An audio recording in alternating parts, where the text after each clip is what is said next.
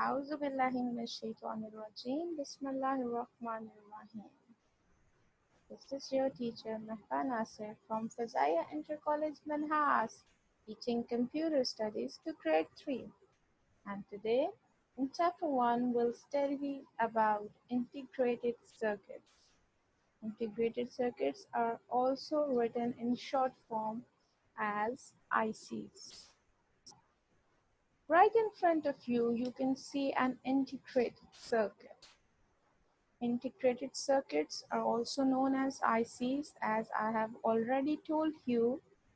Integrated circuits were invented in 1958.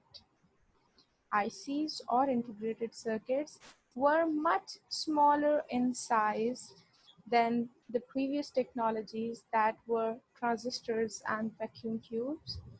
Thus, due to the reduced size, the size of computers was also reduced, because now the computers were made using this technology, which were much smaller in size, hence reducing the size of computers also. Integrated circuits were first used by the United States Air Force in 1961. An integrated circuit is a silicon chip with hundreds of circuits mounted on it. There are lots of smaller circuits, as you can see in the figure, that are mounted or placed on a single silicon chip. US Air Force built computers using these silicon chips, or also called integrated circuits or IC chips, and these computers were smaller in size but faster than the previous computers. As we advanced in technology, the size of computers reduced, but their speed increased and they became more reliable.